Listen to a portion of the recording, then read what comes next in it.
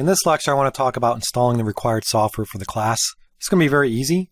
We only need to install essentially one software component. This will come with everything we need to create a C program.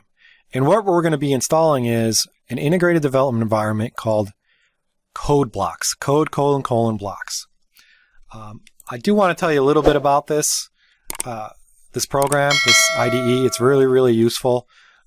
We're going to download it. I'm going to go through the process of installing it.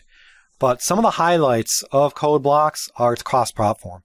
And that's one of the main reasons I chose it, as well as it being very user-friendly. It will run on Linux, it will run on a Mac, and it will run on Windows. And it's very easy to install. So you can use this integrated development environment to create and write your C programs and run your C programs on any of these operating systems. The actual IDE, the integration development environment, is written in C++. So you don't have any, it runs very fast, it's very efficient. You don't have any proprietary libraries you have to download.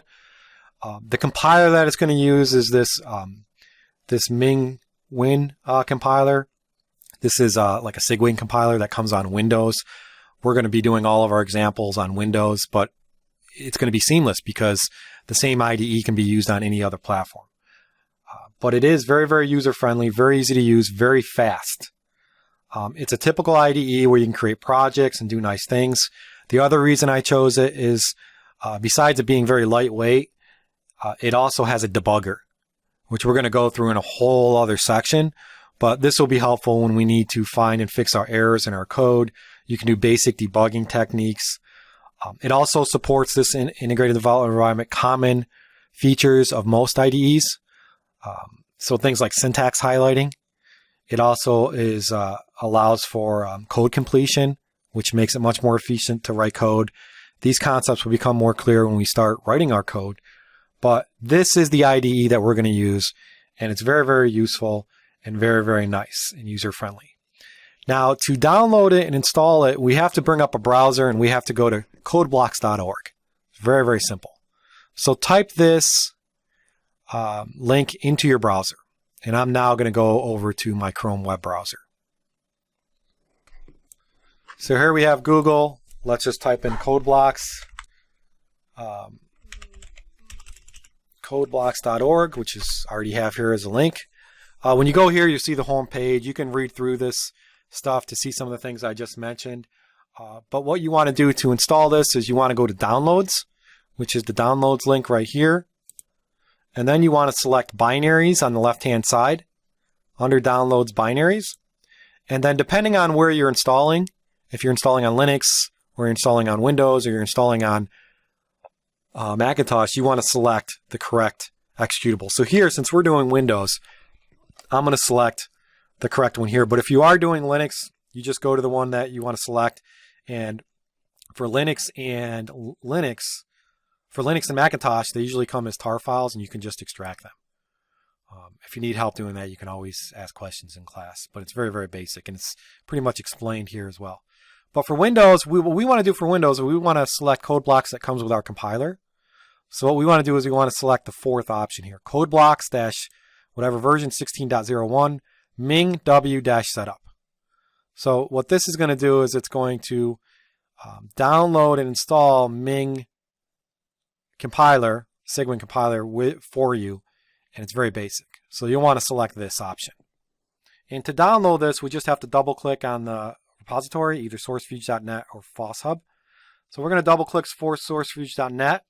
This will automatically start the download in a couple seconds. If it doesn't, you can select a direct link, but it will ask you where you want to download.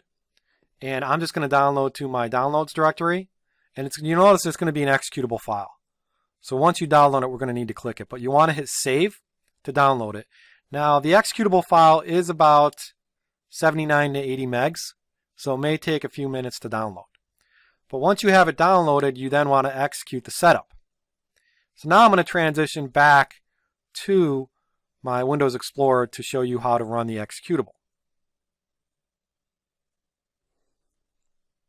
So now I'm in my downloads directory. I'm going to double click what I just downloaded, which was my exe, CodeBlocks exe. We'll double click that, and that's going to run a little wizard that will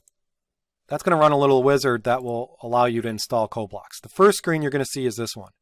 It It's going to go through the installation of CodeBlocks. You can just hit the next button.